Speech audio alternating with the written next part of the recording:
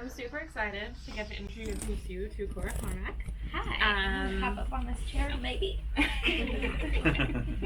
But we are all here. Happy book birthday too. Thank you. But we are here to celebrate Rage, the second book. Where was the first on my one? shoe. Okay. But so first, big round of applause. Thank you for coming to this series, Galaxy. And to go ahead and just kind of kick everything off, I know before this you kind of wrote more romance.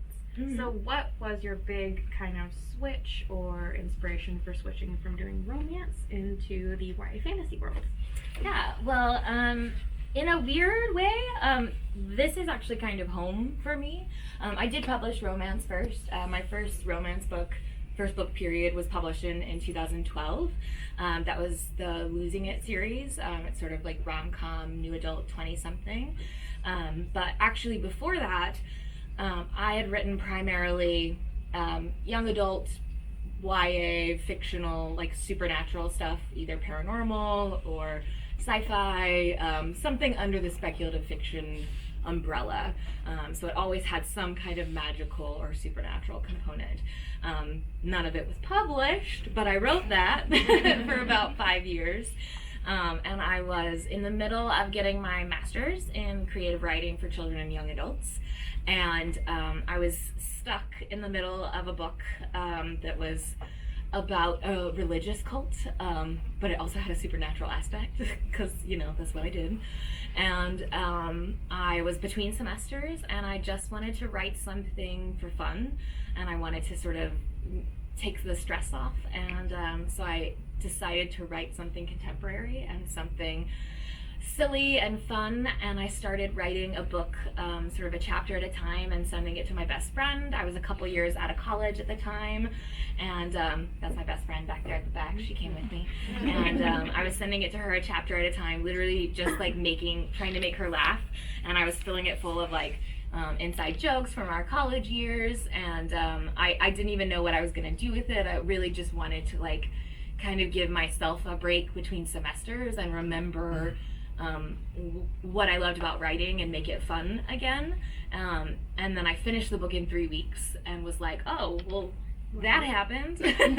What do I do with this now? And I actually had an agent at the time, and we were gonna shop it. We were gonna go the traditional publishing route, but I decided at the last minute to self-pub it because I actually worked in publishing at the time too, and I sort of knew in 2012 where the market was at, and that they're just the only people publishing 20-something romance at the time were e-publishers. Mm-hmm. And so I knew that even if I got a publishing contract, the only thing they could do for me was give me an ebook, and I knew I could do that myself. So I told my agent not to shop it, and I decided to publish it myself. I made my own cover. I whipped up my own marketing thing. I did it all, and I decided to publish it, and it went surprisingly well. Within 24 hours, it hit #1 on Barnes & Noble, and within 3 days, I had publishers calling me wanting to pick it up. Within a week, we sold it to HarperCollins. Within 2 or 3 weeks, contracts were solidified, and then we turned it over to them, and then I wrote romance for like 8-9 books. And weirdly enough, that was the first time I'd ever written anything contemporary. So everyone asked me, like, you know, you wrote contemporary romance and now are you writing fantasy? How did that happen? But honestly, it's the weird thing for me was the other one, because contemporary romance to me was an accident, kind of. It was this thing that I wrote for fun, and I didn't even know if I could do it because I'd never tried it. And then it went so well that I got a career out of it. But in all that time, as I was writing all these books and I was having an amazing time and I was really loving it, I kept feeling this pull to write, you know, magic and supernatural stuff. Like, I was like, I know I'm so supposed to write these books about like college football players, but like, what if one of them was a werewolf? Like, can we just do that? Like, and my publishers were like, no. And so I kept waiting, and then finally around 2015, I had a break in my schedule, and so my agent and I started shopping YA, and that was when we went to Tortine, and things were a little crazy for a while. It's a long story. Essentially, we actually sold Tortine, another series that was not Roar. It was that, I'll try and make this really simple. Remember that, I mentioned that religious cult book that I was writing? That was what we shopped. Tor wanted to buy that book. But when we shopped it with other publishers, I got a really mixed reaction. Some people really liked the religious cult aspect, and then some people hated that but really liked the magic aspect. And so I had these differing publishers where some people wanted me to keep the cult but lose the magic, and some people wanted me to keep the magic and lose the cult. And Tor wanted to buy it, but I was really scared that for my first YA book that I really wanted it to be good because I wanted to keep writing YA. I was scared to have this book that seemed really polarizing, that people like either liked it one way or the other. I was scared to have that be my first book. So even though Tor wanted to buy it, I made a really scary decision, and I went back to them and I was like, thank you, but I think we're gonna shelve this and I'm gonna do something else. And then they were amazing, and they came back and they were like, well, what else do you want to do? And I was like, well, I would really, really love to write young adult fantasy, high fantasy, totally new world stuff. And they were like, all right, we'll take 3. And I was like, so what? And so we did that, and then of course cut to like 6 months later when I was actually writing it, and I was like, why did they think I could do this? Are they crazy? They have no proof. And I, had multiple breakdowns, but it worked out all right. 2 books later, I'm not dead yet. I love it. So I was about to say, yeah. I think it went okay, And so for the transition of all that, one of my favorite things about the books is the magic system, and especially kind of how you uncover it in the first one, and I'm sure more in the second book. It's a really unique magic system, which you don't find all that frequently anymore. What kind of inspired it for you? Yeah, I mean, that's one of my big things for me, especially writing YA and then moving forward as I'm hoping to continue to write YA, is that I feel like what I want my brand to be in YA is really, really unique worlds, really, really unique ideas, because I have a very weird brain. And I like writing, one of the things I like about writing new adult is I like writing, these characters that you can really identify with, that people see themselves in. But then I also have these crazy off-the-wall things because I have terrible anxiety and my brain is just constantly spinning, and so I come up with all these crazy ideas all of the time. And so I feel like getting to write both of these things, getting to write like contemporary new adult, but also getting to write fantasy sort of satisfies the 2 crazy parts of my brain on that. But definitely for Roar, one of the things in terms of world building, because I did have those breakdowns where I was like, why did they think I could do this? I really wanted to make sure that it was good, because they did buy it on proposal. So it wasn't like normally, when you go on a lot of books, the publisher reads it first and then they buy it. This time they bought it from me, and they didn't, they just bought it based on my name and what I said the book was going to be about, and that was about it. And so I was so scared that I was going to disappoint them. And I grew up in Texas, in the South, a Baptist, and disappointment is like a strong drive for us. We feel a lot of guilt, and so I was just really, really scared I was going to disappoint them. And so when it came to building the world, I was really, really obsessed with really fleshing it out. And one of the things that I did that was really, really helpful is I spent a lot of time in museums. I went to the Natural History Museum in New York a lot. I lived in New York at the time, and I went there several times. I went to the Natural History Museum in Chicago, and I would go to the different exhibits in the museums that were about different cultures. And so many fantasy books, I'm sure you guys know this, are, they're based heavily on one culture, medieval England, or, someone will specifically based it on a culture that is relevant to them. Shadow and Bone is based on Tsarist Russia. There's all these things that are heavily based on that. I didn't really want to choose one of those.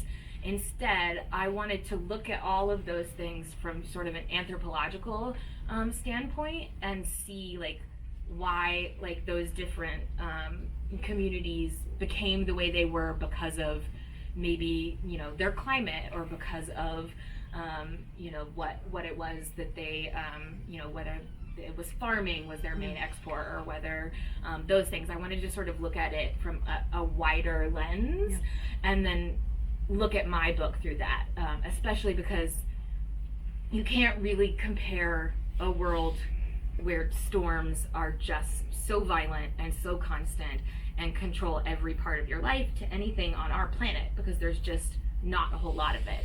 I mean, I can compare it a little to places on our planet that have extreme weather patterns, but even they have seasons, and it can come and go, and we have at least present day meteorological data that can help us predict it, and things like that. And so I sort of really took a step back, looked at all those cultures, and let the storm shape the world more than I did any like specific culture or time period. And so I went through all those museums, I looked at all those things, and I looked at all of them, and I sort of found things.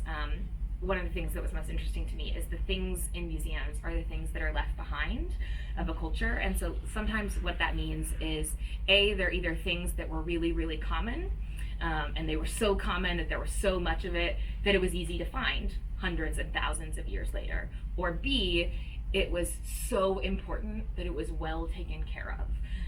And so it lasted all this time that now we can find it.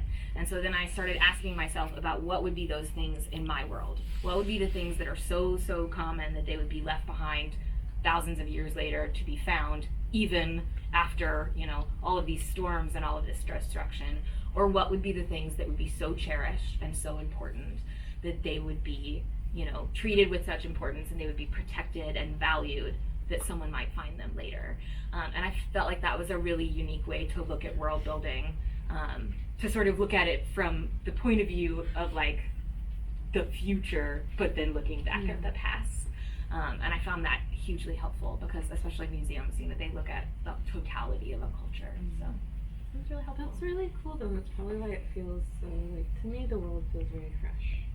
And that was one of the really enjoyable things about reading it, is it was, I think so many times your brain compares things to other things, and with the world you've created, you just enjoy your world, and you're not comparing it to other things. So, of course. So, I love the world building, and I also love your characters, though. I love Roar, but one of my favorite characters is the mad one you have in the first one. And just like, I'll never forget this chapter. He's just like sitting on top. Spoiler, does anyone? I think everyone's read. She's talking about book one. Yes. Roar. Book one is okay. And he's just sitting, talking to dead bodies, doing this like very like almost like Hamlet-esque. Are you talking about the part where he puts his feet yes. the dead man's yes. I was like bleeding stomach. Yes, I was like, I might have enjoyed writing that too. I was like, you are so crazy, and yet insta-love in this like horrendous character. I was like, every time like he'd appear, it was like this like little like treat. Where did he come from? Yeah. So it was really interesting. When I set out to write this book, I struggled a little bit with who I wanted my antagonist to be. Because originally when I sort of conceived of this world, I thought it might be just one standalone book. And I thought it might be sort of a more lighthearted fantasy with not like a big, bad, terrible, like evil person. And I thought really just nature might be my antagonist, and that was it. But then I had a little trouble just having nature be the big bad. It didn't feel like there was enough stakes in that. And so I found myself sort of layering on antagonists. And so in the first book, you've got the Locke family, who is an antagonist in a way. And then you've also got nature that plays an antagonistic role. And then you've got the Stormlord, who is also an antagonist, but especially in the first book, he's sort of this like far away creature that you know he's going to be a problem, but you don't know exactly what he's going to be yet. And there's sort of all these like moving pieces, and you don't know how they're going to come together yet. So he's definitely a bigger part of the second book. You're going to get to know him a lot better in this book.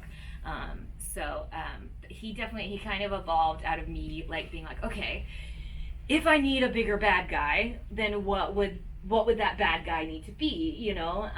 And so I started, you know, thinking about my world building and and the mythology I created around storms and how the storms like came to be in terms of the goddess, and how the storms sort of all came on this one day, sort of how it parallels a little bit in a religious way, like the fall of man, like sin happened and then all of a sudden all the storms like poured out, you know.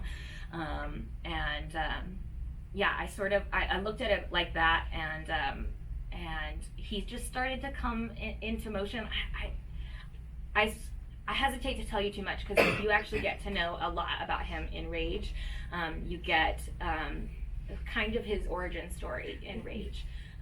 You still get like little chapters in his POV that, instead of them being present day in his POV, they start when he's a kid. And you get to see sort of how he went from a kid who's innocent into what he is now. I hope that it lets you see what's behind sort of the big bad, that he's not just this sort of flat bad guy that does bad things because they're interesting and because they're maniacal, but because he suffered a lot of trauma. And they live in a super traumatic world and a really vicious world, and he's been affected by that in ways that no one else could understand except probably Aurora, and I'll leave it at that. It's always interesting to remember like the one scene where it's describing the storm and how she feels like it almost has like a childlike feel to it, and then thinking of someone like him controlling something like that, it's just sorry. But so speaking of, since there's so many great things in book 2, normally a lot of authors will always say like, book 1, yay, woohoo, book 2, oh my gosh, horrendous to write. Did you feel like you had that experience with it, or did you feel like it flowed easily, or well, I definitely had a kind of rough time with book 2, but I don't know that it would have been I mean, book 2 has the dreaded book 2 slump, is definitely but mine's more I mean, if you follow me online and you know the first book came out in 2017, this next one's just coming out now in 2019, in part because I guess 3 months after the first book came out, I was diagnosed with epilepsy, and I didn't know I had epilepsy before that. I knew something was wrong, but I knew something was wrong starting when I was working on edits with Roar, and I'd been having problems months or even years before that, but when I was working on edits for Roar, I finished the first draft, everything was going really well, and then when edits came in, it was like I suddenly had a different brain, and at the time I blamed it on medicine. I was on one of the first health problems I had. I lost some vision in my left eye. I have a blind spot in the center of my left eye, and we didn't know what caused it. At the time they thought I had increased intracranial pressure. I had like a spinal tap. I had all these like MRI, all these tests, and no one could figure out what was wrong, and so they just kind of put me on meds just to like guess, even though my spinal tap came back normal, but they were like, it's in a normal range, but like it's a wide range, so maybe even though it's normal, it's high for you. And so they put me on some meds, and those particular meds can have some strong cognitive effects, and like make you really kind of dopey and make you feel stupid sometimes. And so I blamed it on that at the time, because when I got those edits back, I felt like I couldn't understand the book I wrote. Like I literally just wrote it like a month or two before, and then I went to edit it, and I felt like I couldn't even understand it. Like I had to like write myself bulleted notes to be able to understand my own world building, and like when I made changes, like I couldn't remember what I had changed or like what I needed to fix.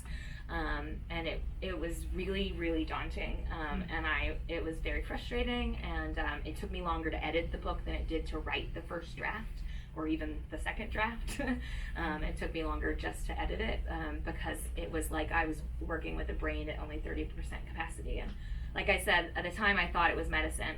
We learned later that I was having seizures, and they were interfering with my brain's ability to work correctly. And so I just probably wasn't able to really complete thoughts in the same way I was before. I probably was not sleeping well because I was having seizures during the day, but I was also having them while I was sleeping. And so me not sleeping was probably preventing me from doing it as well. But so I trudged through, I got it edited, but I remember when I finished the final copy of Roar being like, I hope that's good, but I don't know if it was better when I finished edits than when I started them, because it was kind of like, I was like, I don't know if I made it better or worse. Like, I can't really tell. Like, I did the things that my editor told me to do, but like my brain's so fuzzy that I don't know if I made it better or worse. I just followed directions, like, and hopefully my editor was right. And so then 3 months after the book came out I believe it was 3 months, was when I got diagnosed with epilepsy. Unfortunately, it took me a long time to find meds that worked. So I went through med after med trying to find ones that worked, and they didn't. And unfortunately, the way our healthcare system works is you just try a med for like 3 months, and then if it doesn't work, you stay on it for 3 months just to keep trying it to see if it works. And then after 3 months, you try another one. And then when that one doesn't work, you spend 3 months on it, and then you try another one. So I did that for about 9 months. And then I was still trying to like keep up my life, and I was going to signings, and I was working on this book, or trying to anyway. I was not doing very well because if you can imagine that editing a book is hard, then writing one was much harder with a brain that wasn't working.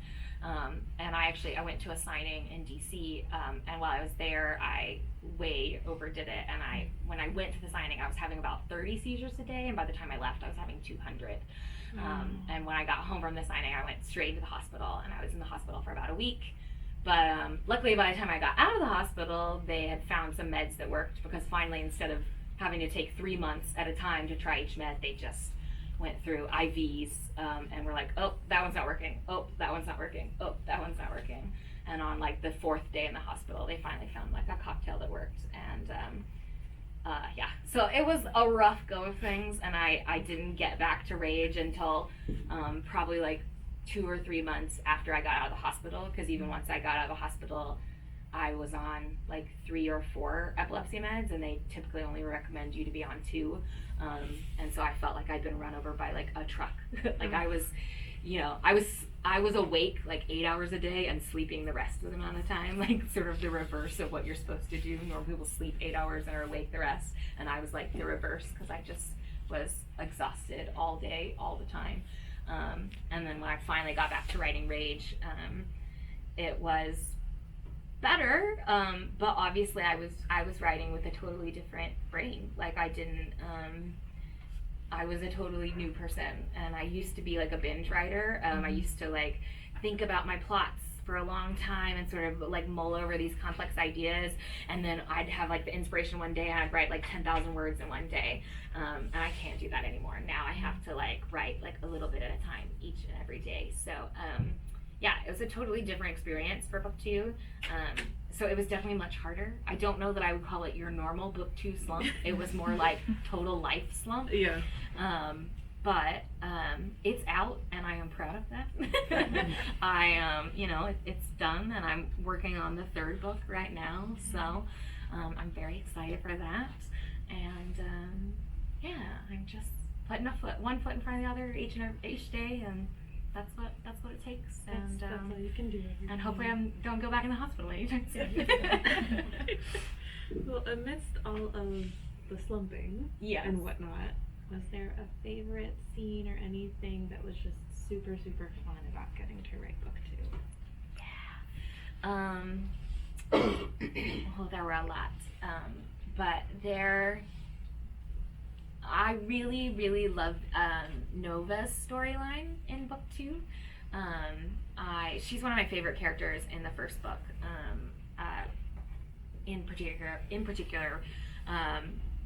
she's what made me decide to make the book multi-POV. When I first started writing the book, it was only Aurora's POV, and I felt like something was off, and I wanted to tell more POVs, and I just sort of on a whim like tested out her POV, and like from the moment I tried it, like her voice was amazing and I knew it, and so I loved her in Roar, and I knew what her story was going to be in Rage from like the moment I started writing her in Roar. I was like, oh, I know what I'm going to do with her. So I've been waiting to write her scenes in Rage for a while, and I'm really excited for everyone else to see them. They're not real big and flashy and showy. They're pretty small and simple and kind of heartfelt.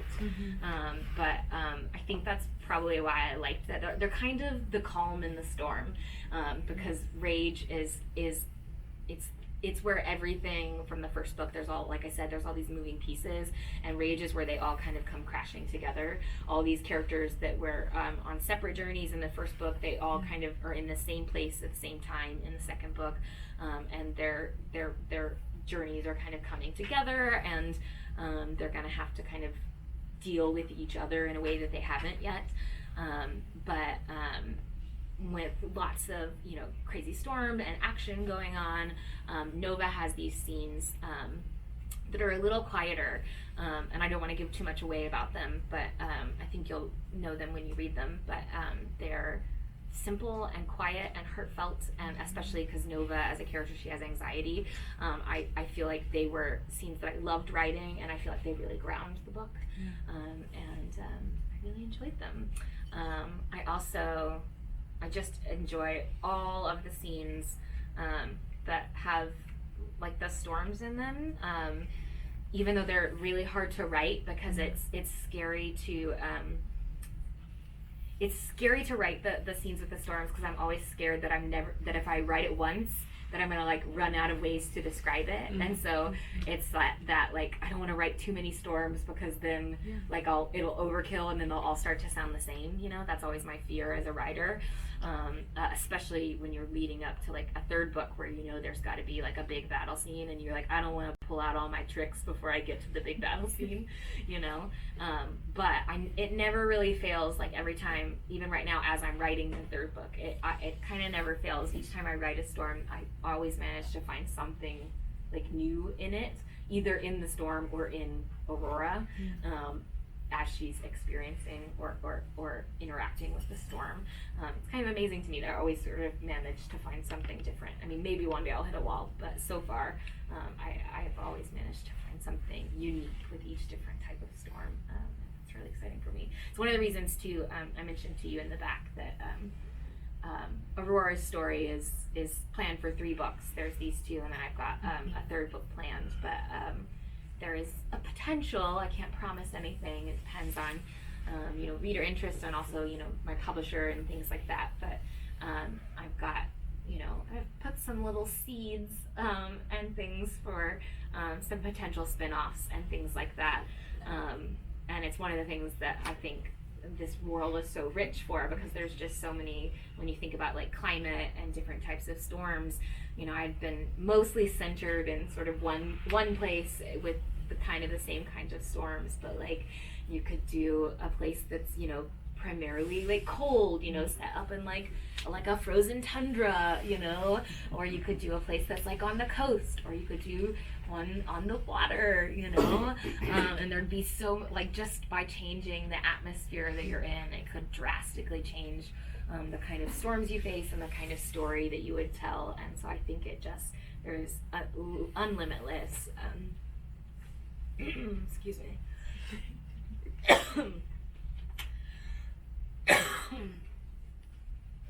possibilities. Yes, what she said. And lots of places to go. And I love the characters that you write, so it makes me excited to read those chapters, because one of the things I noticed as a reader is that like when the band of kind of the Storm Hunters, when she's introduced to all of them, I actually found it very refreshing that they weren't like, yes, join us. Like there was some excitement, there was some like, you don't belong here, you're gonna cause trouble. There was like a very mixed reaction. So I love the dynamics that you write between your characters, because there's a sense of, while you do have this very magical world, there's lots of like groundedness in them, And one of my questions is, you have such a great range of characters. Um, were there any cultures or anything you referenced for them? I know when you were talking about the world building, the perspective you had for that when you were creating these characters that come from all these different places, did they evolve from any cultures in particular, or kind of was it the same approach to the world building? It was a similar approach to the world building, but they did.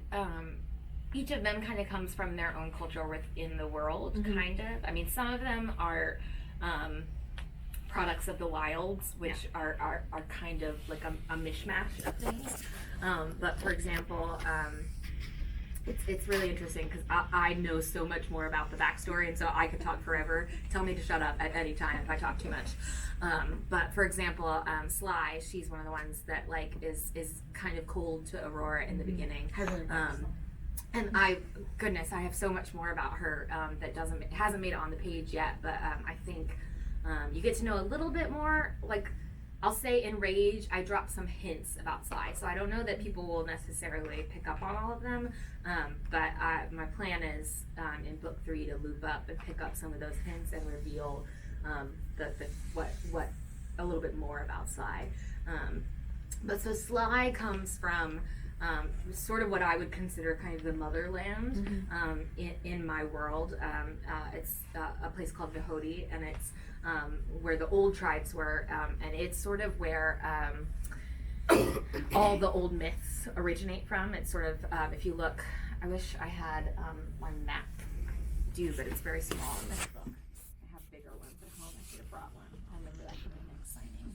But it's on this tiny little map. Down at the bottom, there's Vihoti, and so it's like down on the southern coast, near the Sangsora Desert. And we do in Roar, you get to see the Sangsora Desert, but you don't go quite far enough south to visit Vihoti. But that's where Sly grew up, and that's sort of like the old tribes. So they are very old, set in their ways. They believe like sort of in the old myths, the goddess. They're far more religious than Pavan and sort of the others would be. I see a lot of the continent as having drifted away from religion, as I would think a continent that had faced great adversity and great trauma and great disaster again and again and again and again and again, without any ceasing for years and years and years might do. They sort of turned away from religion, and they sort of see the Stormlings more as like their saviors. And so I've sort of treated the Stormlings, the closest like historical or cultural reference that I see them to is kind of like the pharaohs in Egypt, the way that they sort of exalted themselves to be sort of like gods on earth. That's sort of how I kind of see the Stormlings, and how they have they've created altars unto themselves. They've got these big things like that. But in Vihoti, they still are very religious. They still believe in like the goddess. I actually doesn't ever make it into any of the books so far, but there's all these other gods besides the goddess that hasn't made it in there yet. Maybe it'll make it if I do a spin-off that's set in one of the other worlds that's more religious. But so she comes from that world, and they have a similar belief to some of the in the first book. There's the Church of the Sacred Souls that believe that they kind of worship the storms. They have a similar religious outlook to them, but the Church of the Sacred Souls is sort of like kind of like a bastardized, like mainstream version of the older, like more religious myths. So like if they're the original, the Church of the Sacred Souls is like the like drive-through McDonald's version of that. Like they're the one that's like the more popular commercialized version. That's not the original, but they do it well, and like they've services. Yeah, they've picked the parts that they like and that they think work well for them, and they've sort of like cherry picked those things. So that's where Sly is from. Ransom actually comes from a town that ended up turning towards the Church of the Sacred Souls. So he has sort of a similar background. But unlike the Bihodi Church of the Sacred Souls, they have a tendency to kind of warp those religious things because they have a lot of paranoia, a lot of again, like I said, when you're facing that kind of constant trauma and constant destruction, I think people naturally, and I saw this again when I looked towards historical stuff, especially before we had like scientific explanations for natural disasters. Often it got blamed on, one of several things. It either got blamed on God or gods, it got blamed on something supernatural, or it got blamed on a group or one person as sort of like a scapegoat, either in like a supernatural aspect, like they're witches, or like they're of the devil, or like that kind of thing. There was like a lot of scapegoating in that sense.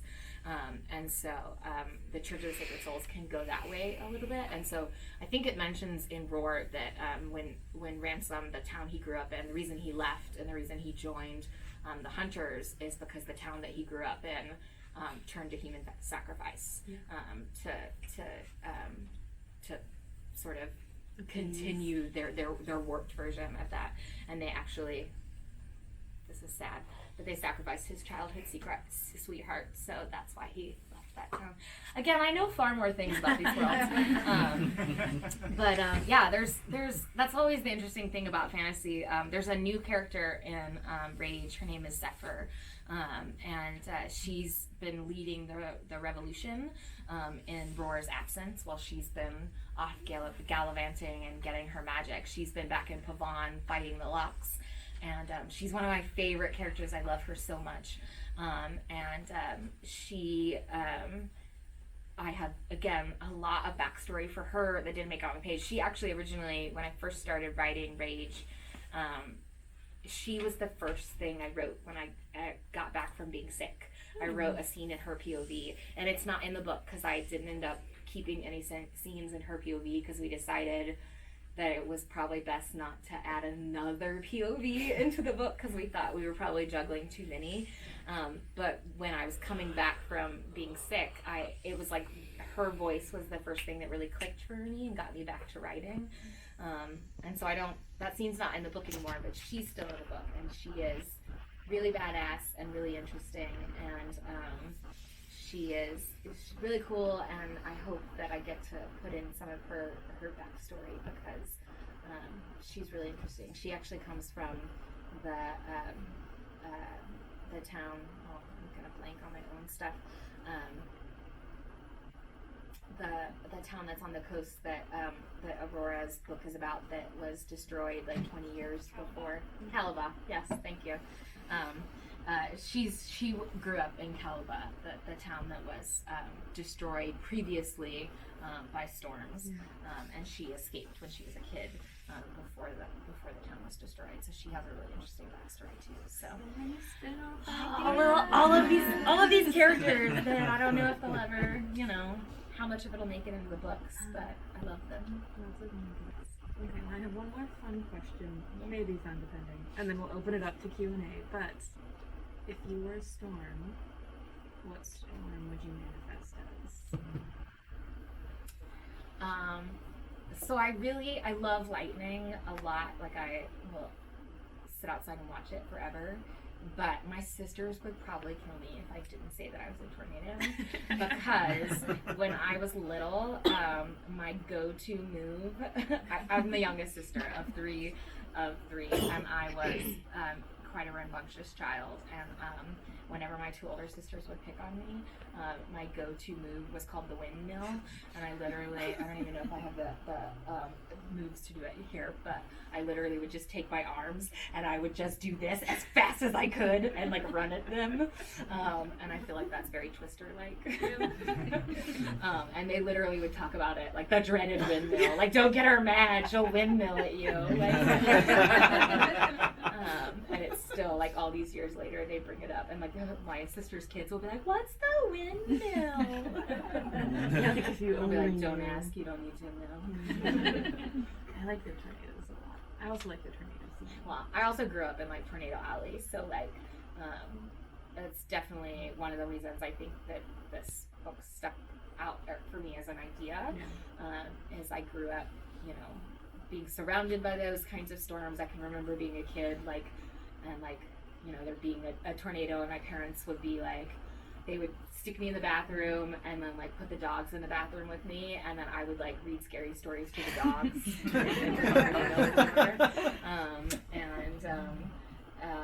Or when I was a little older, they'd let me sit outside and watch for funnel clouds with them and stuff like that.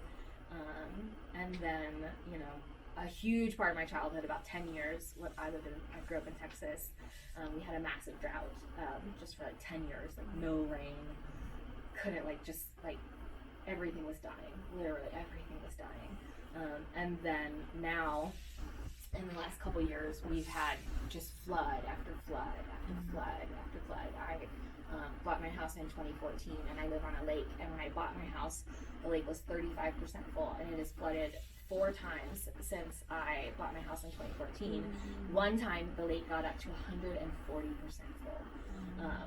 And it's just again, every time it just keeps flooding and flooding and flooding, and it's just nuts. And so I think part of why I was so drawn to this, I've also been interested in climate change since I was a young kid. I had a very brave teacher who taught me about climate change in rural small town Texas,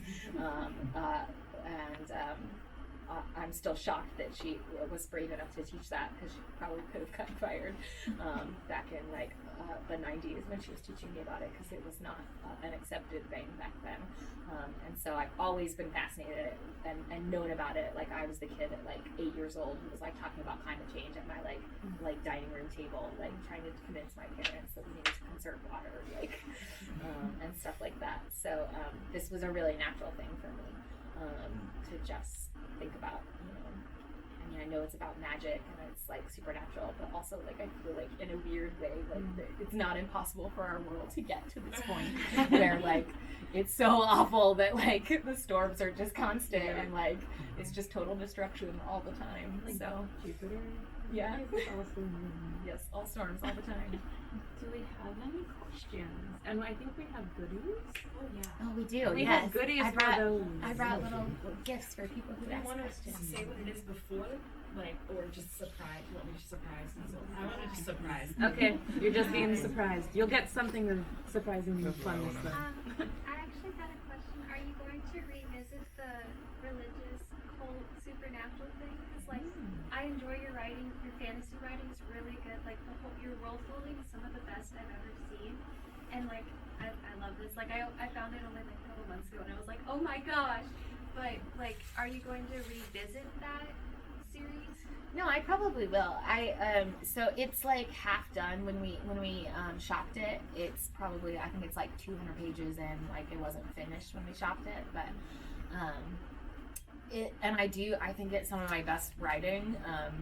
It's just very particular because it is so. So I'll tell you. This is a very interesting story. How many of you guys are familiar with the Branch Davidians in Waco, Texas? Telling the story right now. I am telling the story. I went to school, to college at Baylor University, which is in Waco, Texas. And I don't really claim that now because there's a lot of terrible things that have happened there now. So, but it's relevant for the story because that's why I was in Waco, Texas. And outside of Waco, Texas. Magnolia, pre-shiplap. Yeah, pre-shiplap. Pre-demo day. And outside of Waco, Texas, there is a small religious cult called the Branch Davidians. They're an offshoot of the Seventh-day Adventists. And back in the 90s, there was this big standoff with the FBI involving a man named David Koresh. And he, it ended up being, you can look it up later, but essentially it ended up being this big traumatic thing with the FBI. It involved big gunfight, and the place ended up being set on fire.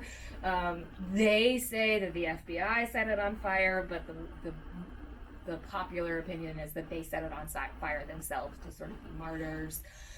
But when you go there, you can actually go there now and visit. The Branch Davidians still live there. They sort of restarted after the fire.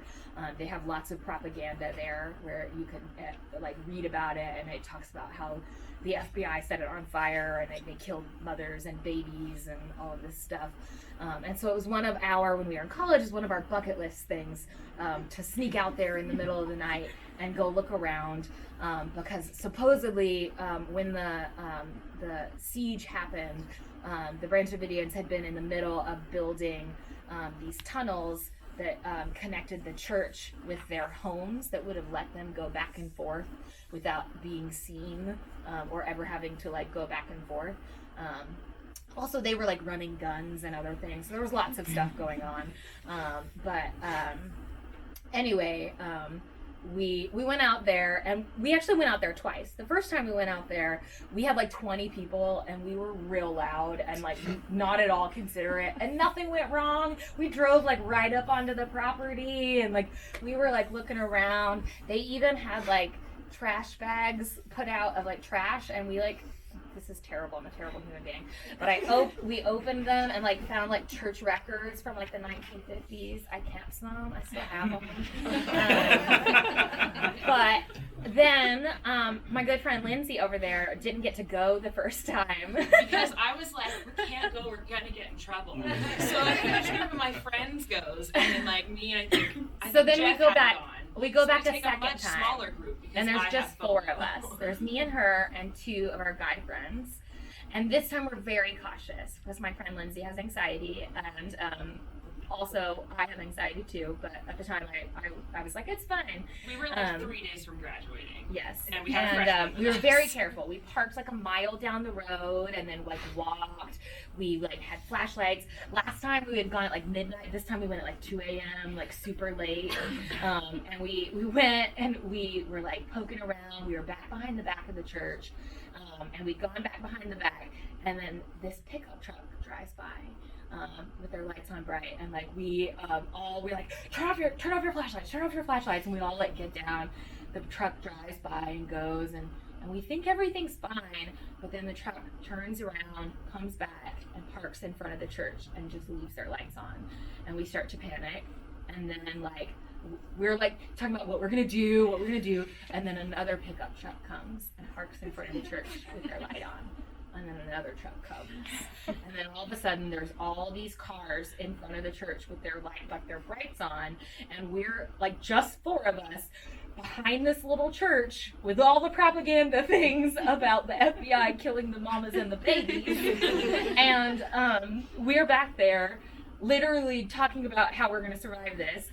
The four of us are making plans. There's like maybe 20 feet away, there's like a wooded area, and we're like, we can make a run for it. But at this time, there's people, we can hear them getting out of their pickup trucks, and we can hear them cocking guns.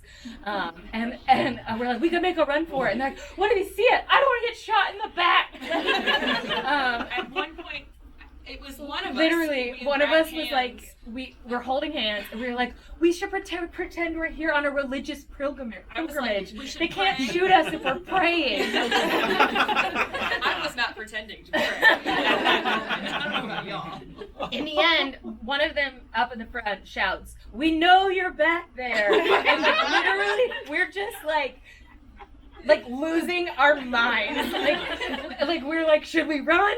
What do we do? In the end, we decide there's like this like concrete slab back there, and we just like sit down Indian style and like put our hands up and wait. They come back around and they separate us, all four. Like they take us out like in separate things, and they question us. The man questioning me, I am not even exaggerating this to you, had a glass eye and a wooden leg. And the reason I can tell you for certain that I'm not even exaggerating this is because later, when I was doing research about the Branch Davidians, I actually found this man. His name is Charles Pace.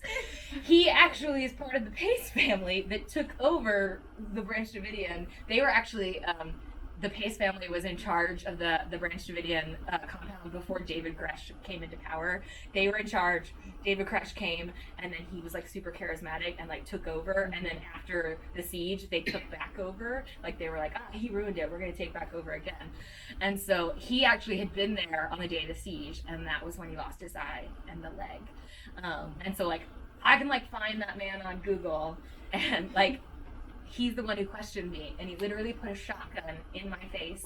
He thought we were from TxDOT, which is the people who build highways in Texas, because apparently they were trying to build this big super highway all the way from Mexico up through the United States, through Texas to Canada, and it was supposed to go straight up, but then right when it got to the Waco area, it was going to curve and go through their land and then go back up, and Texas was trying to take their land by eminent domain. They didn't, but they were very paranoid about it, and they thought we were spies from the government trying to take their land. And we were like, I swear we're just stupid college kids. I swear. We're just really, really dumb. Let us go, please. But they had separated us, and they were talking, and after they'd questioned us, I guess they eventually decided that we were stupid college kids, and so they were gonna let us go.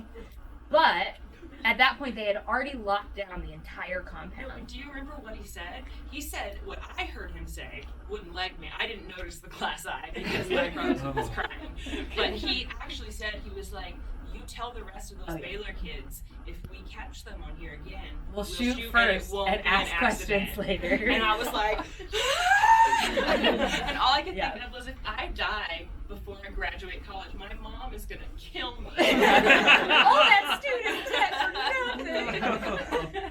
nothing. So yeah, they had already closed down the compound, and then they said they were going to let us go, but they made us walk back to the front gate, and like it was maybe like an eighth of a mile, so like maybe like a 5-minute walk, like not like, I don't know.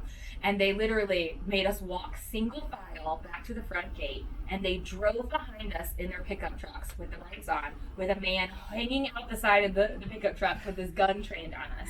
Then when we got back to the front gate, the gate was still locked. And like we were like, what do we do? What do we do? And we turned to one of the guys, because we're like, they don't like women much. You ask them what we do. And so one of our guy friends was like, we also turned to Jeff, the freshman, and we were like, sorry, dude, you have less to lose than this. And so we made him ask. And so he was like, the gate's closed. How do we get out? And they were like, if you walk down the line of the fence a ways, there's a part without barbed wire that you can climb over. And so we literally had to walk down. The road was like raised up a little bit, and then once you walk down the road like into the grass was high enough like that it was like up to my chest. And so we had to walk down into the grass along the fence line. And all I can remember thinking was, they're playing with us. They're gonna shoot us now. They're gonna wait until we got in the grass, and now they're gonna shoot me where the grass is so high that my body's gonna fall and no one's gonna find it. The grass is so tall.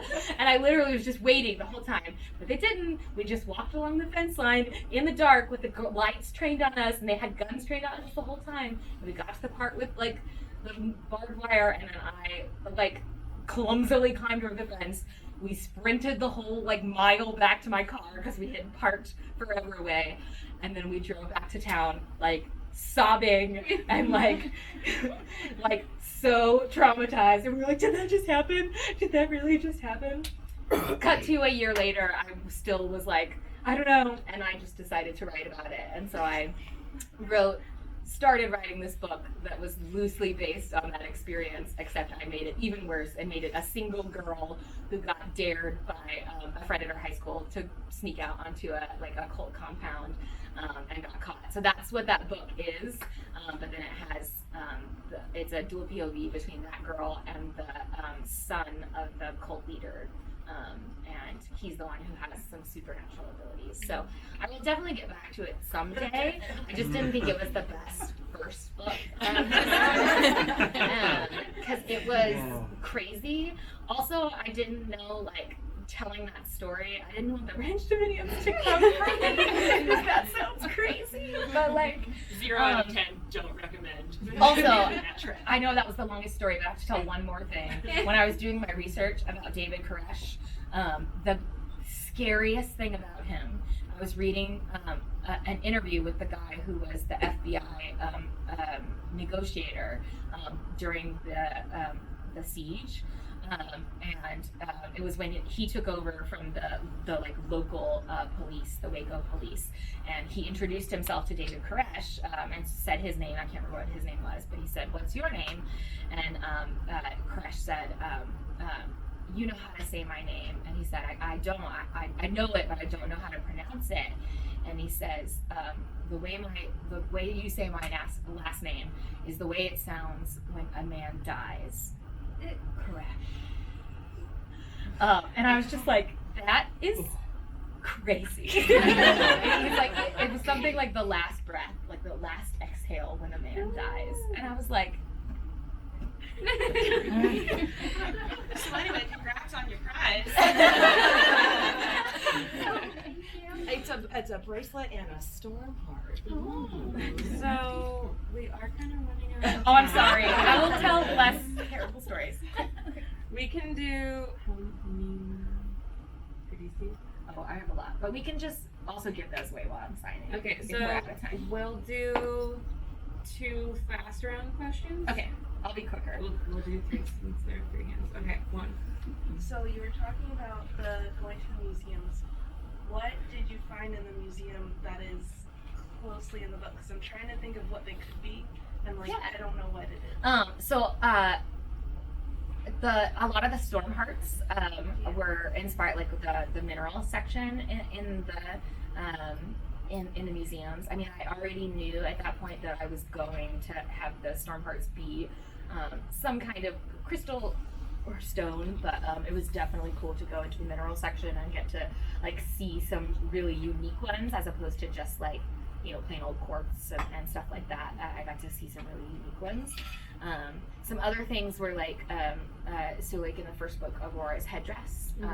The reason I decided on that is because some of the cultures that I went through, it was particularly in cultures where there was a short lifespan, they had a tendency to celebrate life moments because life was short. And so that was something that I sort of glommed onto, was the idea that lifespans were probably really short in this world. And so I thought about the idea that they would probably celebrate, like in that particular instance, you only get to really see her headdress because it's, you know, for her, she's getting ready to take on the crown and she's going to get married. She doesn't actually get married, but in the world I talk about briefly that they've done headdresses for you know, births and for weddings and for like various celebrations. Like it would be the kind of thing that they would do for any kind of big celebration. So. Okay, so I know you're writing a Bears List right now, but I love your Rusk University series. Yeah. Do you have plans to revisit that I series? do, yeah. So after bracelet for you.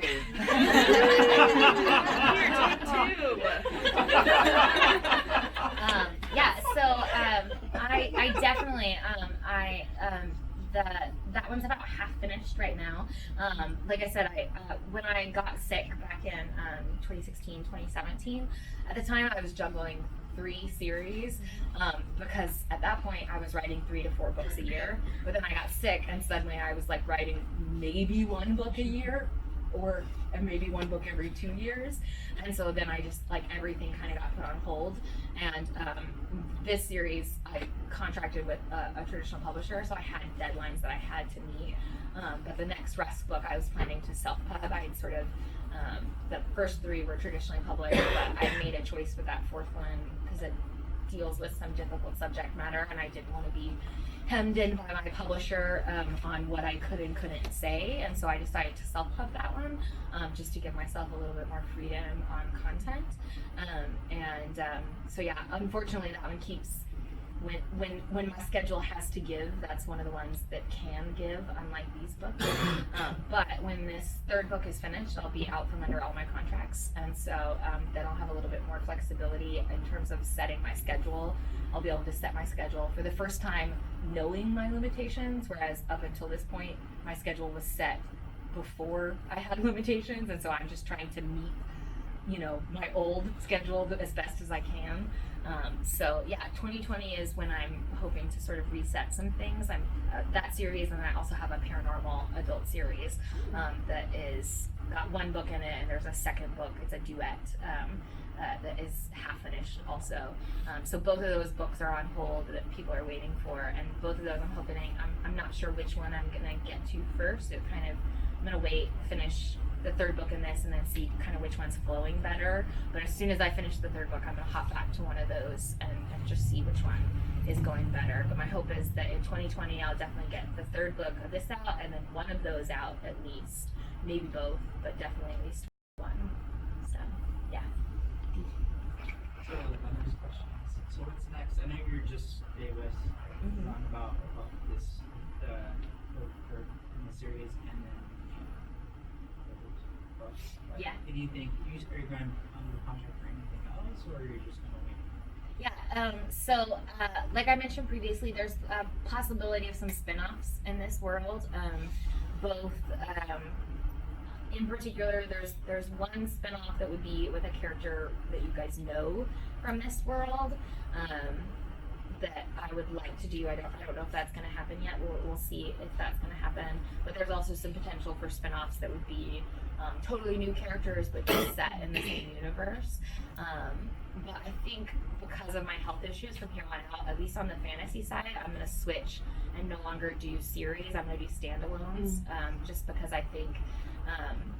Again, when I set out to do this, 3 books was a manageable thing, but now I think it's going to be better for me moving on just to do, even if it's a really long book, to do one big book and then get it done, so that I don't have it hanging over my head with regards to health stuff. So I think that's what I'm gonna keep doing, and that way, even if I keep doing there might be multiple books in this series, but it might just be multiple standalones kind of thing.